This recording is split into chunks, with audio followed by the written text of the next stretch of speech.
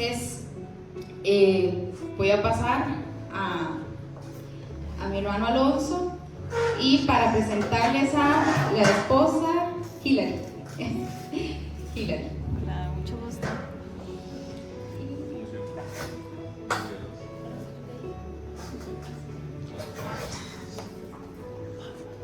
Buenas noches, tardes todavía, tardes, ¿qué tal?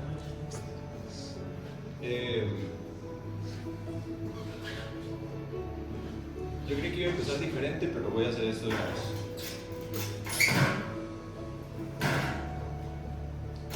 ¿Qué tal, muchachos? ¿Cómo están? Bien. Los veo como serios. Están serios. Ustedes están bien serios. Mi nombre es Alonso.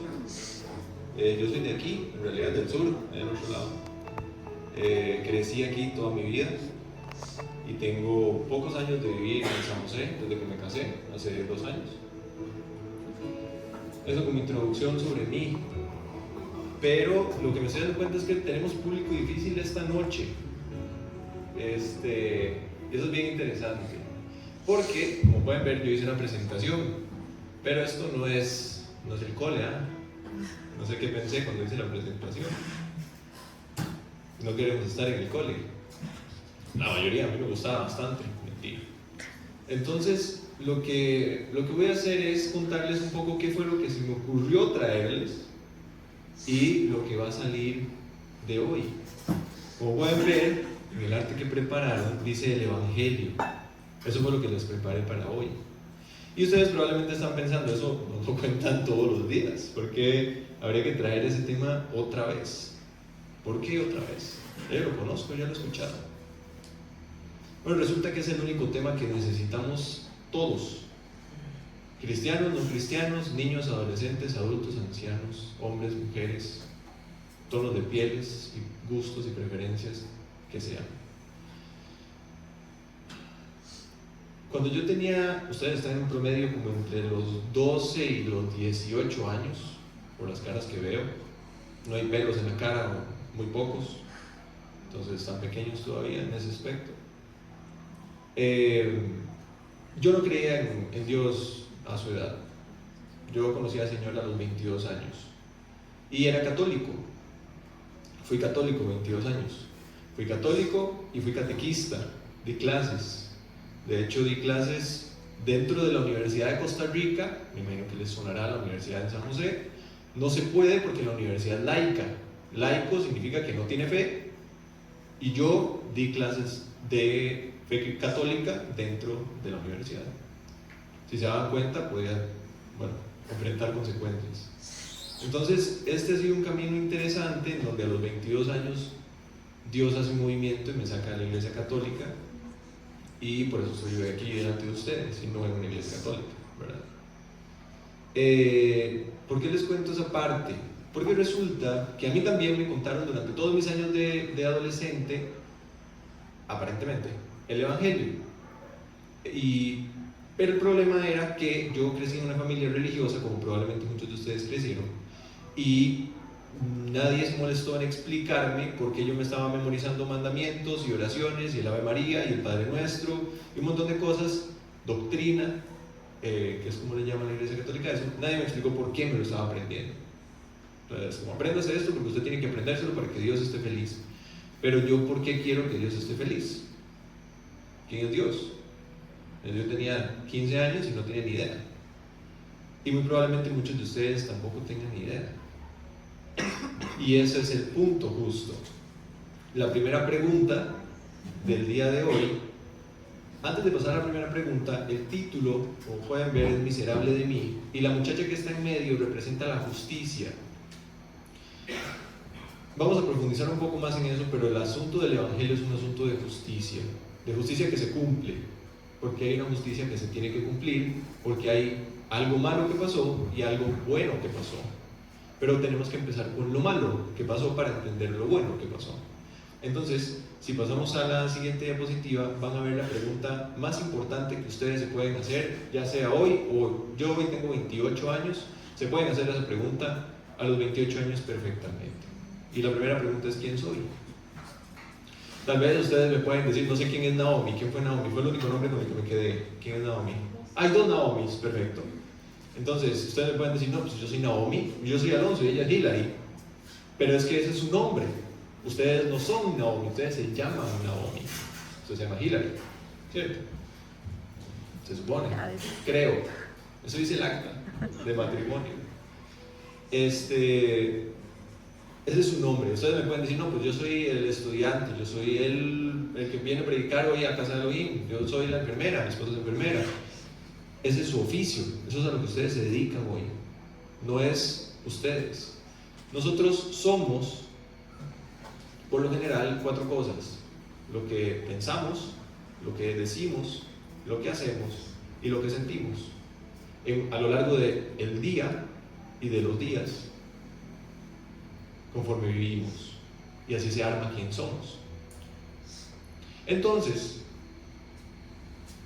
si yo les digo quién soy, la conclusión a la que voy a llegar, por lo menos de mí, y lo que quiero es que ustedes piensen para ustedes, porque yo a ustedes no los conozco, ustedes ahora están escuchando un poco muy por encima de mí, pero yo les puedo decir que yo no soy buena persona, que es lo que me hicieron creer toda mi vida que tenía que ser.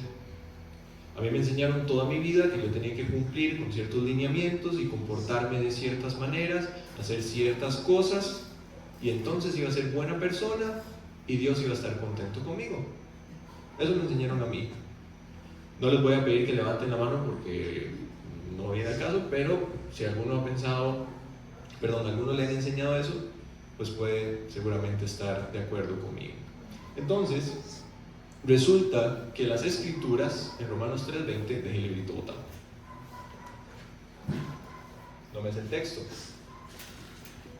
pero se los quiero leer textual como está ahí. Esta es la única parte más así, porque si quiero que vean algo que es muy valioso. El texto bíblico que está ahí, bueno, para empezar, creo que ustedes utilizan Reina Valera por lo general. Yo me acostumbré a leer Nueva Traducción Viviente, entonces me disculpo si están acostumbrados a la otra versión, pero esta es la versión que yo suelo usar. Como les digo, lo primero que les vine a comunicar es que yo no soy buena persona. Yo no sé ustedes, yo no. Yo creía que sí, hasta que un día me di cuenta que no. Me hicieron darme cuenta que no. Y luego vine al texto y Pablo, el apóstol, le dijo a los romanos esto: como dicen las escrituras, no hay ni un solo justo, ni siquiera uno. Nadie es realmente sabio, nadie busca a Dios, todos se desviaron, todos se volvieron inútiles, no hay ni uno que haga lo bueno, ni uno solo. Pregunta de comprensión lectora: entonces, ¿cuántos buenos hay? Ni uno, cero. Bien dicho. Ahora, como les digo, la gente, probablemente ustedes podrían llegar a escuchar, yo lo he escuchado, que alguien viene y me dice: no, pero yo cumplo lo que la ley manda. Yo cumplo lo que la ley manda, yo soy buena persona. La ley, no sé si ustedes saben este dato, normalmente se cuentan los mandamientos como los más conocidos, pero en el Antiguo Testamento, todo el Antiguo Testamento, hay aproximadamente 613 mandatos, mandato más, mandato menos. 613, un rato de mandamientos para cumplir. Y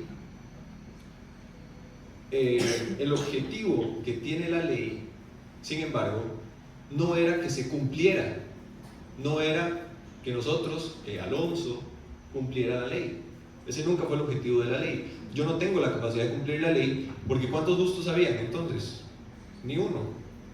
Yo puedo portarme bien un rato tal vez y no mentirle a mami hoy, por ejemplo, pero es que mami no quiere que yo vaya a la fiesta de más tarde, yo quiero ir a la fiesta de más tarde y le miento a mami porque yo creo que debería ir a la fiesta. Entonces, el asunto aquí es: si el objetivo de la ley, de los mandamientos que dejó Dios, no era que se cumpliera, entonces ¿para qué lo dejó? Para hacerme sentir mal, para que yo dijera, pues no puedo, y me sintiera inútil. No, la dejó para lo que dice la siguiente diapositiva. La siguiente diapositiva tiene Romanos 3:20. Romanos 3:20 dice, de nuevo, pues nadie, ninguno, llegará jamás a ser justo ante Dios por hacer lo que la ley manda. Bien, ya Pablo nos dejó claro eso. No voy a llegar a ser justo por hacer lo que la ley manda.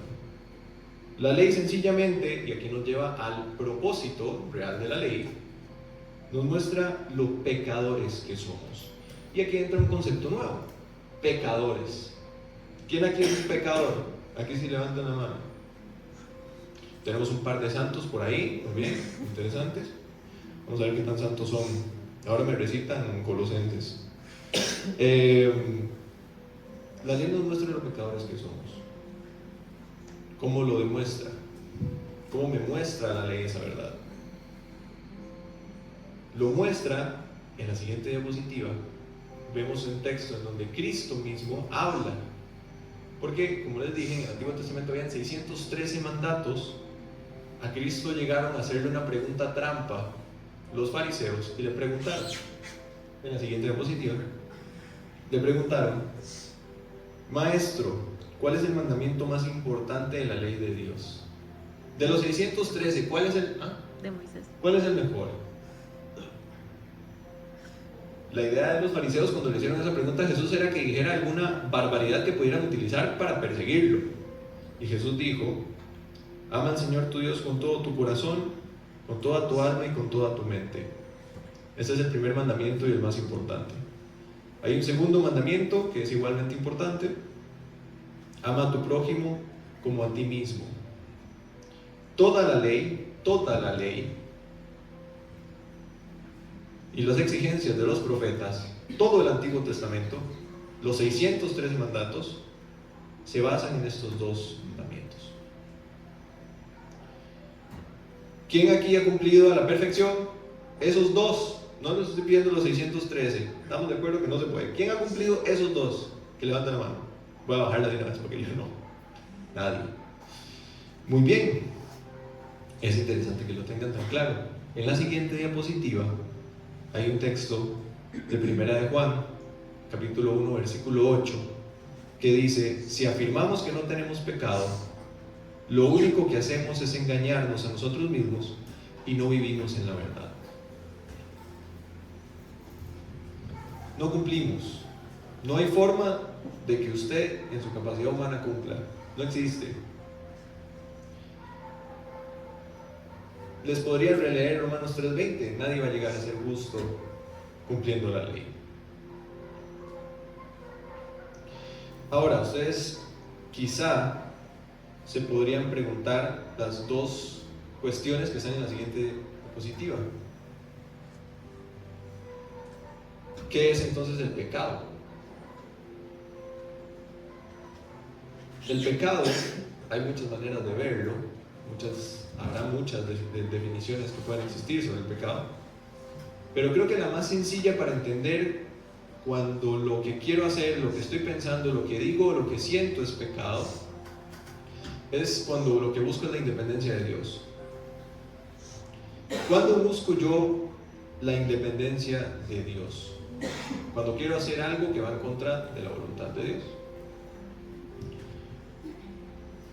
La independencia de Dios es lo que me lleva a pensar que lo que Dios manda en la ley, por ejemplo, no robe, no mate, ame a su prójimo, lo que Cristo dijo, ame a Dios con todo su corazón, su alma y su mente, y al prójimo como usted mismo, es demasiado difícil o demasiado aburrido. O cuando veo a Dios y digo, Dios lo que hace es aburrirme la vida, prohibirme cosas que yo quiero hacer, yo quiero divertirme, y Dios es un Dios aburrido que está ahí parado así, viéndome, esperando que yo haga algo divertido para decir, no lo haga.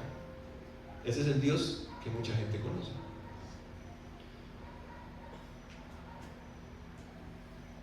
El asunto es que la voluntad de Dios es buena, agradable y perfecta, pero yo no lo quiero reconocer, porque a pesar de que Él es Dios, hizo el mundo en el que estamos, la creación que existe en este mundo y a nosotros en el proceso, y tiene la soberanía y el poder sobre absolutamente todo, y es el único bueno y el único santo, por el motivo que sea. Yo creo que a pesar de todo eso, yo sé mejor que Él lo que es mejor para mí. Yo lo sé definir mejor. Déjenmelo a mí, Diosito, tranquilo, yo me cargo. Yo decido qué voy a hacer hoy en la noche. Esa es la independencia de Dios, la que nos lleva entonces a desobedecer, que es muy similar, por ejemplo, a la independencia de mis padres. Cuando quiero desobedecer a mis padres, busco independizarme de mis padres cuando no debería, porque todavía dependo de ellos. Es hasta el momento en el que ya no dependo de ellos, que entonces no los estoy desobedeciendo si me voy para mi casa con mi esposa, porque ya estoy casado, ya me puedo ir para mi casa con mi esposa, ya no vivo bajo su techo. Esa es la diferencia. ¿Ok? ¿Y por qué soy un pecador? Yo creo que esa es la pregunta más difícil, porque no es algo que esté en nuestro control, pero es algo que nos fluye. Y es que esa es mi naturaleza. Adán y Eva en el jardín del Edén tenían una sola regla, me imagino que la conocen. Ustedes pueden comer del árbol que quieran, del fruto que quieran, excepto de ese, que tiene el fruto del conocimiento del bien y del mal. De ese no, pero de todos los demás, coman. Y la serpiente convenció a Eva de que si comía de esa fruta, sería igual que Dios. O sea, podría ser independiente de Dios, porque sabría lo mismo que Él. Entonces ella decidió, esto es bueno, aunque sea Dios el que hizo todo, me hizo a mí, yo estoy aquí porque Él quiso, yo creo que es mejor que yo sepa lo que Él sabe y que Él me dijo que no, pero mejor sí. Eso no tiene ningún sentido, si usted lo piensa, no tiene lógica. Pero es lo que Eva pensó y es lo que nosotros a día de hoy pensamos todos los días. Porque eso soy, yo soy un pecador y esa es mi naturaleza, no es algo que ocurre a veces. Eso es lo que yo soy. A la generalidad del día es lo que soy. Todo el día, todos los días. Y lo más interesante es que nos encanta. Y eso es un problema. Contestado esto, concluimos entonces que soy mala persona. No soy buena persona, por más que quiera creerlo. Dentro del texto bíblico eso se llama ser un pecador. Muy bien. ¿Cómo van ahí? Más o menos, bien, lo va entendiendo. Creo que está haciendo un poco. Intenté que fuera claro. Intenté no ponerme muy formal. Me mudé de formal, pero yo vi que aquí debería haberme mudado un poco más de formal también. Muy bien. Entonces, viene la segunda pregunta. Que es la segunda pregunta que deberíamos hacernos después de darnos cuenta de quién soy, un pecador. Un pecador en el 100% de su capacidad. Si soy un pecador, ¿qué me espera? Si están leyendo el texto ya se dieron cuenta que les espera. Pablo mismo le contestó a los mismos romanos lo mismo. Pues la paga que deja el pecado es la muerte. Ser pecador, muchachos, es lo peor que podemos ser, porque tomen en cuenta esto, ustedes son criaturas hechas por un Dios que decidieron rechazar a ese Dios. Se los estoy contando como si no fuera yo también en la jugada. Yo estoy ahí mismo, ¿verdad? O sea, yo con el equipo, a rechazar a Dios. Rechazamos a Dios y entonces, al rechazarlo y vivir una vida rechazándolo, lo que pasa es que nos acomodamos al pecado. Estamos cómodos en el pecado, estamos tranquilos haciendo lo que nos dé la gana. Ese tintineo que escucharon es mi papá. Ahí hay uno que tiene llaves y llevo un rato pensando que era mi papá. Buenas. De mi mamá, doña Liliana, don José Alonso, mi papá. Buenas. Buenas noches. Buenas noches. Gracias. Lo que dice Romanos 6:23, perdón, es que la paga que contiene el pecado es la muerte. La muerte es el infierno. No se refiere a la muerte física, porque la muerte física todos la vamos a atravesar, todos nos vamos a morir. Pero la muerte a la que se refiere aquí es el infierno. Y el infierno no es ese lugar rojo con un diablillo, con cola y cachos y un tridente. El infierno es la eterna separación de Dios. Si usted está cómodo en el pecado, viviendo en el pecado tranquilo, sin llegar en ningún momento a pensar que no está bien lo que usted está haciendo, es muy probable que usted esté muy cómodo lejos de Dios, en sentido figurado, porque Dios está en todas partes y no podemos estar lejos de Él, pero usted no lo conoce. Ese es mi punto. Y si usted no lo conoce, si usted no está en Dios, eso va a ser así eternamente si eso no cambia en esta vida. Así se va a quedar. Usted va a morir en este mundo terrenal y su eternidad va a ser separado de Dios. Así mismo como está hoy, será para siempre. El pastor y predicador R.C. Sproul, que en paz descanse, murió en 2017, dijo esto, y es la verdad, y es una verdad que si usted es cristiano debe tenerla presente. Y le voy a leer las palabras de Sproul. Él habla en inglés. Les voy a decir la traducción de lo que dijo y les voy a dar un poquito de contexto antes. Cuando la Biblia habla del infierno en específico, habla de dos tipos de personas que van a llegar y que se van a despertar en el infierno un día. Y hay dos tipos de personas. El primer tipo de personas es la persona que llora porque creyó que conocía a Dios y se estaba engañando, y se siente muy triste en la profundidad de su alma porque nunca conoció realmente a Dios y ahora está en el infierno y sabe que la eternidad va a ser ahí, separado de Dios, en la oscuridad, lejos de Él. El segundo tipo las segundas personas son las que crujen los dientes, que es la ira humana levantando el puño a Dios y diciéndole: usted no tiene por qué decidir por mí, que es nuestra naturaleza. Eso es lo que nosotros pensamos, que nosotros decidimos no Él. Sproul dijo: les aseguro que no quiero terminar en el infierno, pero una cosa sé con certeza: si eso pasa, si me he engañado todos estos años y al final soy uno de los que dicen: Señor, Señor, no hice esto o aquello en tu nombre, y el Señor me mira y me dice: apártate de mí porque nunca te conocí, y me envía al infierno, algo que te puedo asegurar es que seré un llorón y no uno que cruje los dientes. Porque si sé algo de teología, yo sé que si me envía al infierno esta noche, no podría levantar ninguna queja contra Él. Yo he sido culpable de traición, traición cósmica. En la siguiente diapositiva está el resto del texto. Cada vez que he pecado, he afirmado mi voluntad sobre la voluntad de mi Creador. He declarado que yo soy soberano, no el Señor Dios. He obrado en contra de su reino, no a favor. He pecado contra el ser santo e infinitamente justo, quien no me debe nada. Y si me despierto en el infierno, me daré cuenta de que solo he recibido lo que mi vida merecía. No crueldad, no injusticia, sino perfecta justicia.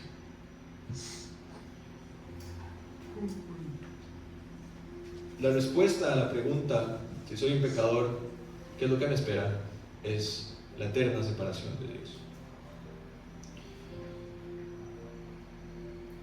Eso nos lleva a la siguiente pregunta y a la siguiente diapositiva. Si lo que me espera es el infierno, ¿qué puedo hacer entonces para evitarlo? Cierto, yo creo que es la pregunta lógica. Si voy camino a un lugar en donde no quiero estar, yo quiero evitar estar ahí. ¿Qué hago para evitarlo? Creo que hasta aquí, sabiendo que no somos buenas personas, que somos pecadores y que no hay nada en nosotros bueno, ¿saben la respuesta? La respuesta es nada. No hay nada que nosotros podamos hacer para evitar ir al infierno. Nosotros rechazamos a Dios por gusto, porque queremos, porque nos nace, porque eso somos. No hay nada que usted pueda hacer para evitar eso. No puedo cumplir la ley, no puedo hacer la voluntad de Dios, no puedo portarme bien, no puedo cumplir los 613 mandamientos, no puedo cumplir ni siquiera los 10 mandamientos, no puedo cumplir los 2 que Cristo dejó. No lo puedo hacer perfectamente. A veces puede parecer que lo hago, pero no lo puedo hacer.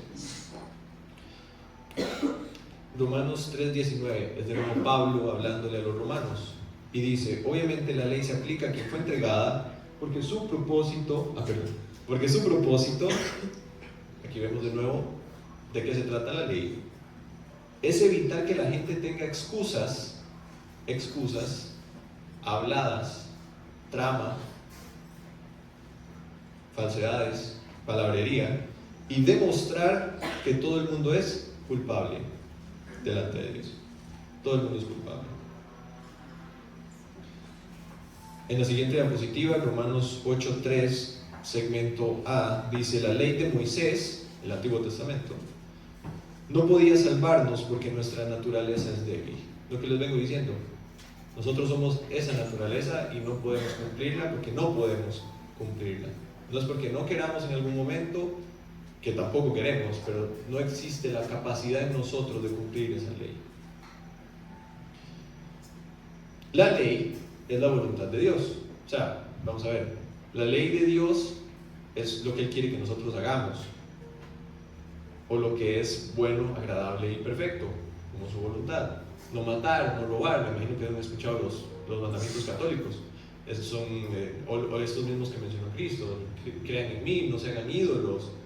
Y el asunto es que ustedes mismos pueden darse cuenta de que, por el motivo que sea, no nos nace ir primero a la Biblia, nos nace primero ir a redes sociales, no nos nace primero una conversación edificante, nos nace primero el chisme, no nos nace primero orar, nos nace primero entretenernos.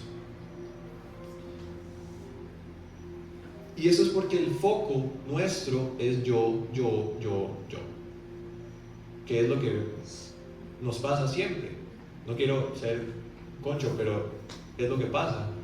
A pesar de que estemos ante una de las verdades más importantes de nuestras vidas, es difícil poner atención, ¿cierto? Es complicado, porque esto a nosotros no nos gusta, a nuestra carne no le gusta, porque no le gusta saber que lo que tiene que hacer no lo puede hacer y que vaya camino al infierno. Ese es el verdadero problema, que no nos gusta. Y entonces pasamos a la evidencia real que está en la cabeza de cada uno de ustedes. Es esa conciencia. Ustedes son conscientes, por más de que yo les intente decir que sí o que no, ustedes son conscientes de que no les nace pensar en Dios por naturaleza. No es algo que nos fluya. Es algo que pasa si venimos aquí, pasa si mis papás me llevan al culto, pasa si mis papás se ponen a leer, tal vez. Es difícil que ocurra. En el punto en el que estamos, la respuesta a si voy al infierno, ¿qué puedo hacer para evitarlo? La respuesta es nada. Y eso me lleva a la siguiente pregunta, que es la que le da título a la presentación del día de hoy. Y es el punto en el que deberíamos estar pensando todos. Si lo que soy es un pecador, si el destino es el infierno para los pecadores, y si no hay nada que puedo hacer, soy un miserable, ¿quién me va a salvar de este cuerpo de muerte? ¿Se acuerdan que les dije que primero teníamos que hablar de lo malo para luego pasar a lo bueno? Pues esta fue toda la parte mala. Este fue el segmento negativo. El segmento negativo es: no nos gusta el evangelio, no nos llama la atención, nos aburre, nos da sueño, y peor si hay un mae con pelo en la cara contándonos al frente. ¿Ok? ¿Cierto? Pero les tengo una buena noticia, que está en Romanos. Sí, tengo pelo en la cara. Vinicio no tiene, por eso con Vinicio eso no les pasa. Exacto. Sí, yo me refería a mí, claro. No, Vinicio es un superstar, o sea, yo me imagino que aquí pasa. Entonces, Romanos 3, 21-22 dice: pero ahora, tal como se prometió, porque resulta, y este detalle me faltó contárselos, en el Antiguo Testamento, como Dios sabía que no iban a cumplir, no solo, ese también me faltó, dejó sacrificios para el perdón de los pecados, porque nadie iba a cumplir, necesitaban algo para lavar esos pecados. Además prometió que no iban a estar en ese trabajo de estar sacrificando animales eternamente, sino que Él iba a mandar a un Salvador que se iba a encargar de resolver esto de una vez y para siempre. ¿Qué pasa entonces? Ahora, tal como se prometió tiempo atrás en los escritos de Moisés y en los profetas, Dios nos ha mostrado cómo podemos ser justos ante Él sin cumplir con las exigencias de la ley. Ahora hay un camino. Hay un camino que es: puedo ser justo ante Dios, puedo dejar de ser un pecador asqueroso y pasar a ser justo ante Él. Y Él va a brindar ese método. Dios nos hace justos a sus ojos, Él lo hace. cuando ponemos nuestra fe en Jesucristo. Y eso es verdad para todo el que cree, sea quien fuere.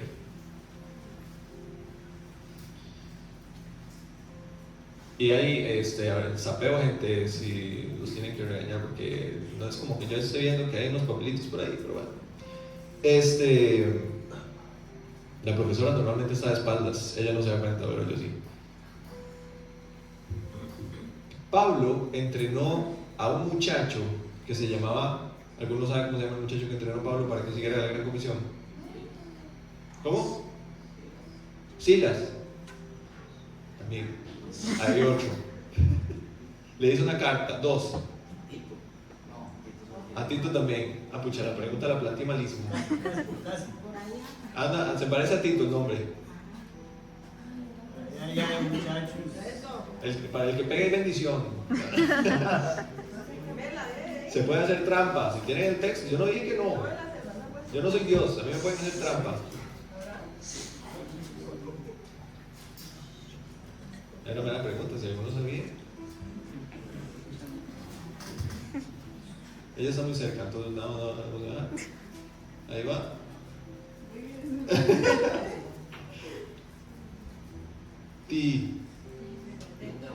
Ese miedo.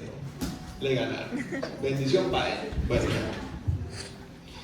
Pablo entrenó a Timoteo. Le hizo un par de cartas. Y en la primera carta, de donde estamos, en la siguiente diapositiva, Pablo le hizo una carta a Timoteo en el capítulo 1, versículo 15, dice: la siguiente declaración es digna de confianza y todos deberían aceptarla. O sea, Pablo le está diciendo: Timoteo, vea, esto que yo le voy a decir es la pura verdad. Cristo Jesús vino al mundo para salvar a los pecadores. Esa es la verdad. Y hay otra verdad que Pablo dice, de los cuales yo soy el peor de todos. Pablo dijo eso, el apóstol Pablo. Si ustedes han escuchado, han leído Biblia, le sonará el apóstol Pablo, ¿verdad? Él es el autor de la carta a los romanos, las cartas a Tito, la carta a Tito, las cartas a Timoteo. Es el autor del 70% del Nuevo Testamento. Nosotros basamos doctrinas en este Señor, en lo que Él enseñó. Y Él dice que Él es el peor de los pecadores. Él. ¿Por qué? Porque Él es consciente de quién es. Él sabe quién es Él. Él sabe que Él es un pecador asqueroso, como nosotros. Él sabe que no hay forma de salvarse él solo. Él lo sabe. Porque a Él, Dios, Cristo en realidad, Dios Padre, no Dios Hijo, se lo topó.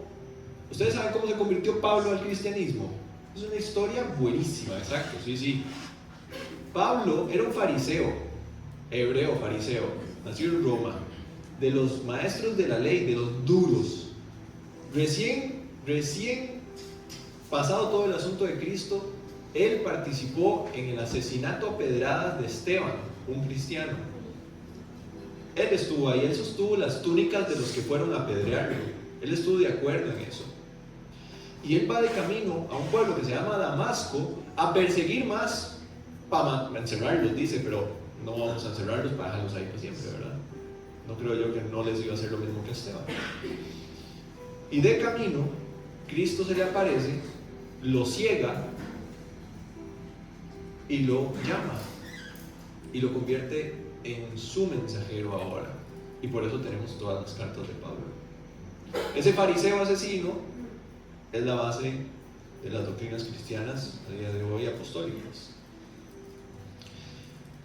Él sabe que Él es eso, porque Él es eso. Todo lo que Él no es lo que nosotros aprendemos del texto, porque eso es Dios. Por eso hablamos de que la Biblia es inspirada por el Espíritu, porque Pablo fue inspirado por el Espíritu para escribir todo lo que escribió y enseñarnos cómo es la vida cristiana realmente.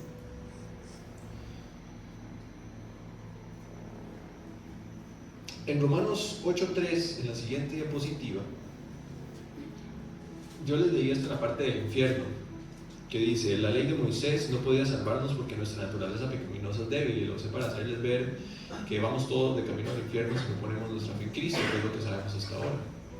Pero el texto sigue diciendo: así que Dios hizo lo que la ley no podía hacer. Él envió a su propio Hijo en cuerpo como el que nosotros tenemos, los pecadores tenemos, y en ese cuerpo, mediante la entrega de su Hijo como sacrificio por nuestros pecados, Dios declaró el fin del dominio que el pecado tenía sobre nosotros. Este texto es vital para entender lo que pasa una vez ponemos nuestra fe en Cristo, que es la buena noticia. No hay que cumplir la ley. Usted con poner su fe en Cristo queda limpio de sus pecados. ¿Qué pasa con mis pecados? Desaparecen. ¿Y por qué mis pecados desaparecen? Por la muerte de Cristo, porque Él no tenía pecados. Y a Él en asuntos judiciales se llama imputar. A Él se le colocan mis pecados y Él paga por ellos. Todos, pasados, presentes y futuros. Todos. Y el mismo texto, y aquí esto es bien importante porque el texto, la gramática tiene mucha bendición. Dios declaró el fin del dominio. O sea, el pecado no tiene más dominio. Y lo marca muy bien en el verbo tenía, en pasado. O sea, el pecado está tan sin poder ya, que ya Pablo habla en pasado del poder del pecado. Porque ya no lo tiene, ya lo tenía. Pero Cristo murió y resucitó. Y ya no tiene. Esa es la buena noticia. Vamos a pasar al texto que nombra la prédica. Romanos 7, 24 y 25. Miserable de mí, ¿quién me librará de este cuerpo de muerte? Gracias doy a Dios por Jesucristo, Señor nuestro. Entonces, ¿cuál es la respuesta al conflicto de todo el principio? Jesucristo.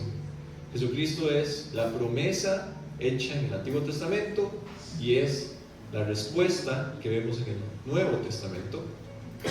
¿Sí dije Antiguo Testamento? Sí, no sé. Y además de eso es suficiente. Cristo es suficiente, es todo lo que ustedes necesitan, no es algo de lo que ustedes necesitan. La fe cristiana no es: usted crea en Dios y pórtese bien, usted crea en Dios y haga X y Y, usted crea en Dios y venga aquí los domingos. Crea en Dios, crea en Cristo, ponga su fe en Cristo.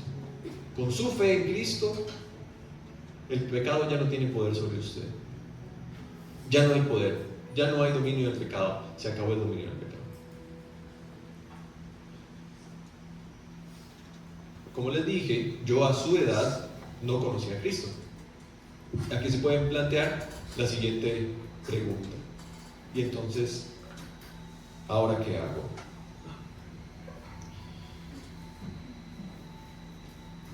Hechos 2, del 36 al 38, tiene la respuesta a esta pregunta literalmente. Porque el apóstol Pedro, una vez Cristo murió, resucitó y ascendió, y ellos se fueron a predicar, Pedro llegó y se topó con unos fariseos, que fueron de hecho los responsables de condenar y crucificar a Jesús. Y entonces Pedro le responde a esta pregunta. El texto, como lo pueden ver ahí, dice: por lo tanto, que todos en Israel sepan, sin lugar a dudas, que este Jesús a quien ustedes crucificaron, Dios lo ha hecho tanto Señor como Mesías. Las palabras de Pedro, dice el texto, que traspasaron el corazón de los fariseos, quienes le dijeron a él y a los demás apóstoles: ¿y entonces qué debemos hacer? Y Pedro contestó: cada uno de ustedes debe, y ahí está subrayado, arrepentirse de sus pecados y volver a Dios y ser bautizado en el nombre de Jesucristo para el perdón de los pecados. Entonces recibirán el regalo del Espíritu Santo.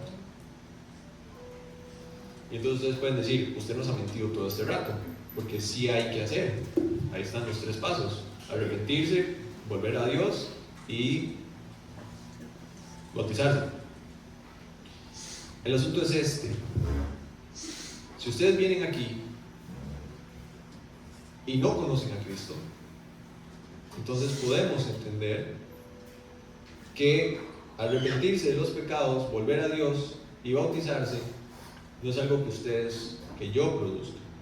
El arrepentimiento, la fe, son frutos de Dios en nuestras vidas. Dios pone el arrepentimiento en nosotros, Dios pone la fe en nosotros.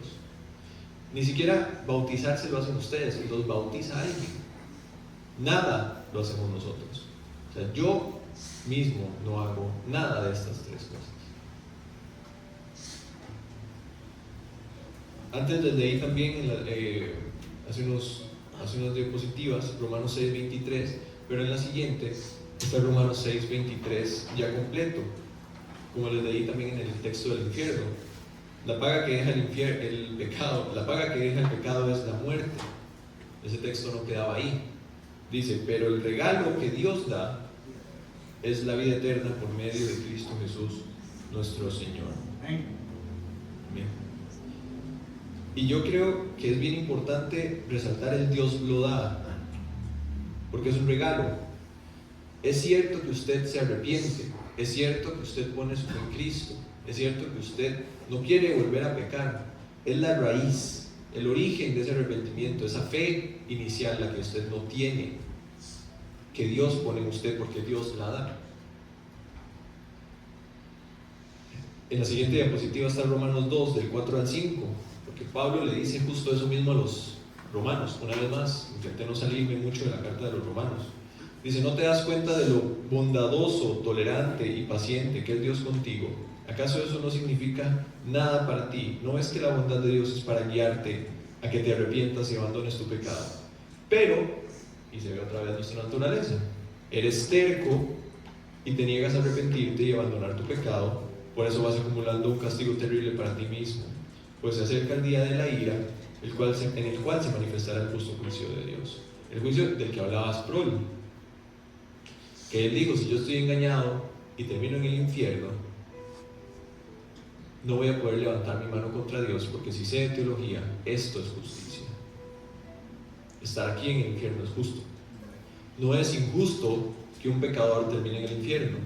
Lo que sería injusto es que los pecados, las faltas a Dios, no sean castigadas. Eso sería injusto, porque Dios es un Dios santo y perfecto. Y el pecado tiene una consecuencia, que es la muerte.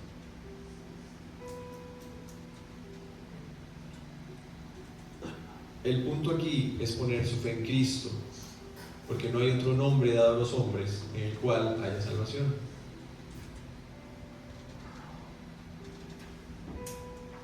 Ahora, si usted conoce a Cristo, yo le conté que el pecado tiene que ser castigado.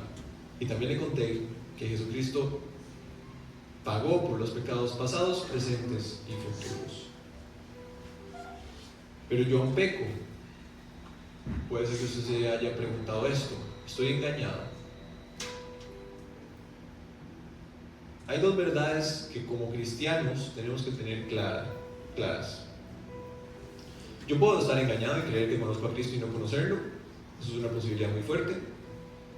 La segunda posibilidad es, la segunda verdad es que el destino de todo el que no conoce a Cristo es el infierno.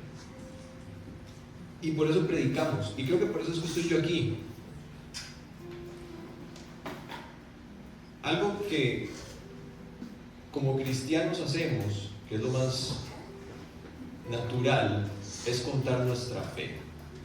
Si usted es cristiano, usted no se queda con su fe para usted, porque usted encontró un regalo que Dios da, lo vimos antes, y que lo lleva a una vida nueva, en donde su fe en Cristo lo hace libre del poder del pecado. Y ya usted no está bajo el yugo del pecado, bajo el peso del pecado. Ya usted no tiene el pecado como amo, usted tiene a Cristo como amo, y usted es libre. Porque la esclavitud a Cristo es en realidad la única libertad que hay. Me pasé para acá porque nunca he usado uno con que pause aquí esto, entonces voy a ponerlo todo poquito. Romanos 7:25 dice, gracias a Dios, la respuesta está en Jesús, nuestro Señor. Así que ya ven, en mi mente de verdad quiero obedecer la ley de Dios, pero a causa de mi naturaleza pecaminosa soy esclavo del pecado. El pecado sigue ahí. Eso es un problema que tenemos por ahí. Porque a pesar de que pongamos nuestra fe en Cristo, por el motivo que sea, seguimos en este cuerpo. Dios no quitó este cuerpo. Nos habitó con el Espíritu Santo, si somos cristianos, pero no quitó el pecado por completo. Jesús, además, no prometió una vida fácil.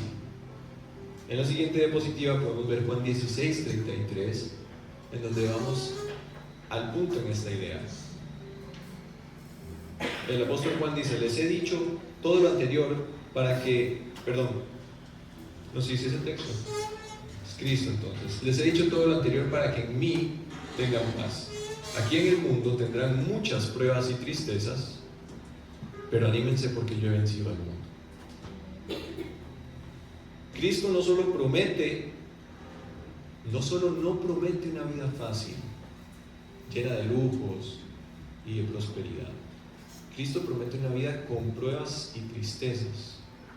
Y además dice, pero anímense. ¿Por qué? Porque voy a ser fuerte, voy a poder enfrentar las cosas. No. Porque voy a ser un vencedor y un campeón. No. Porque yo ya vencí al mundo. Es Él el que hace la obra, no usted, Naomi, no yo. Cristo hace la obra. Ese es el asunto. Y esta es la diferencia del pecado. El pecado antes tenía dominio y poder, gobernaba sobre nuestras vidas por completo. Ahora tiene su presencia en nuestras vidas y simboliza una lucha, pero una lucha que ya está ganada, porque Cristo ya venció. Ese es nuestro consuelo, porque vamos a enfrentar problemas, tristezas y dificultades, pero Cristo es nuestro consuelo. Sosténganse de Cristo conscientemente, porque es el único en el que se pueden sostener. En la siguiente diapositiva hay una verdad bien importante, y es que Cristo no vino a condenar, vino a salvar. Porque la condena ya estaba asegurada. Todos íbamos camino al infierno antes de que Cristo pagara por los pecados de todos. Y Cristo mismo dice: no he venido a llamar a los que se creen justos, sino a los que saben que son pecadores y necesitan arrepentirse. ¿Quiénes creen que son pecadores? La gente como Pablo, por ejemplo, que dijo: yo soy el peor de todos.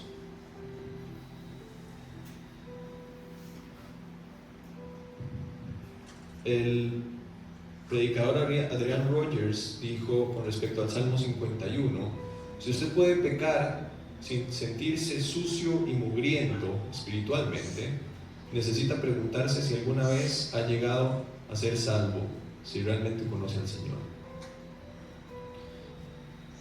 Y yo creo que aquí les puedo dar un tip bien sencillo para darse cuenta si ustedes están siendo objeto de la obra del Espíritu Santo. Si ustedes son capaces de pecar, de hacer algo que va en contra de la voluntad de Dios, y no sienten repudio y asco hacia esa obra antes, durante o después de cometerla, ahí hay algo que revisar. Si ustedes son capaces de hacer algo que saben que en el texto dice que no deberían hacer, y les recuerdo que no es porque Dios sea un aguafiestas, sino porque no solo no es la voluntad de Él, sino que además en definitiva no es lo mejor para nosotros, pueden revisar si sienten rechazo hacia eso antes, durante o después. Si no lo sienten, hay una pregunta que hacer. A partir de aquí hay dos posibilidades, y esto me encantó porque lo planteé en ese momento. Ya los problemas técnicos, es que yo me tengo que ir, me tengo que largar, pero ¿quieres ir? No, me tengo que quedar con onda. Ya, es que mami nos llamó. Mami, pilla. Está bien, estoy en paz. Hasta luego. Chaito. Chao, chao.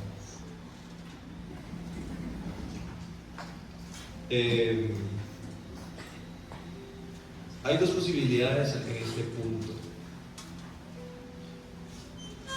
La posibilidad número uno es que usted durante estos, no sé cuánto tiempo llevo hablando, como media hora, 20 minutos, 40.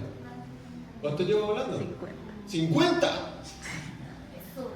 Normal que se estén durmiendo. Perdón. Son en serio, man, bro. Una de dos posibilidades: ustedes están totalmente insensibles a lo que dije, no pensaron, no sintieron nada, les valió X, perfecto, muchas gracias, para su casa, conmigo, que se vaya este muchacho ya. Entonces les puedo dar una verdad muy simple y muy concisa. La indiferencia al Evangelio es muy peligrosa, porque Dios es real, Jesús es nuestro Salvador, y yo conocí, como les dije, al Señor a los 22 años. Antes de eso, tal vez luego les cuento porque no sabía que llevaba casi una hora hablando,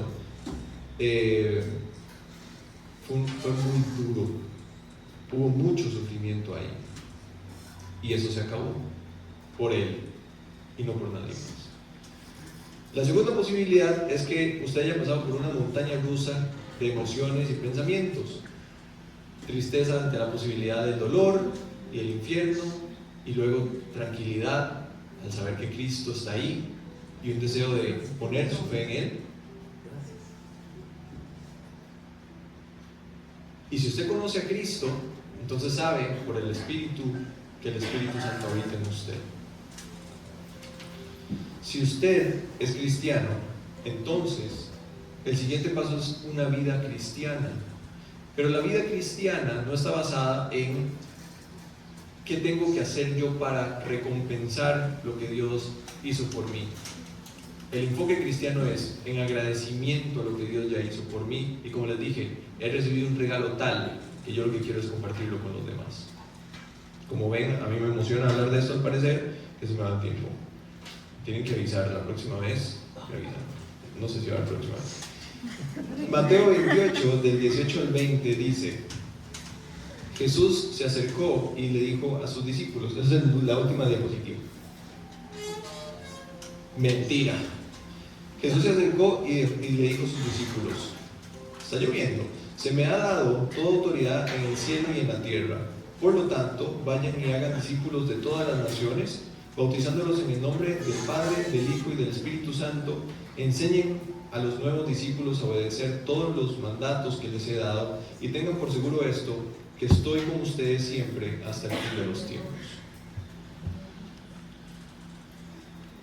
La última posibilidad es que usted haya tenido un poco de pensamientos, no tantas emociones, pero algo, le haya hecho alguna chispa, así en los 50 minutos, manda huevo que no haya pasado nada en esos 50 minutos. Yo pienso, quiero que pase, y creo que es lo que pasa, que si usted pensó, si esto le despertó, aunque sea una pregunta o algo, eso es el Espíritu Santo trabajando. Yo creo eso. Y le voy a dar el mismo mensaje que les di a los primeros, a los que no sintieron nada. Si usted está aquí sin Cristo, mi invitación es que no permita que pase un día más así, que ponga su fe en Cristo y venga a los pies del Señor en arrepentimiento y fe. Yo les puedo asegurar que a mí me hubiera encantado que el Señor me hubiera llamado antes. Él me llamó a mí a los 22 años después de permitir que yo pasara por una enfermedad mental 6 meses. Padecí de ansiedad y tenía ataques, caía por ahí hiperventilando. Y Él un día me dejó acostarme a dormir y me despertó sin ansiedad y con la claridad de que Cristo me había sanado. Así, de un día para otro. Los ataques nunca volvieron, no volví a tomar pastillas, nada de eso volvió a ocurrir. Yo no se lo pedí, yo se lo había pedido hacía como 3 meses y Él no lo hizo cuando yo quería. Él lo hizo cuando Él quería. Y por eso soy yo de aquí. Porque yo sé que Él puede hacer lo que sea. Y yo sé que ustedes necesitan de Él, porque yo necesitaba de Él aunque no lo supiera. Y si ustedes no lo saben, ahora lo saben. Lo mejor que yo les puedo decir es, vengan en arrepentimiento y fe a los pies de Cristo. Listo.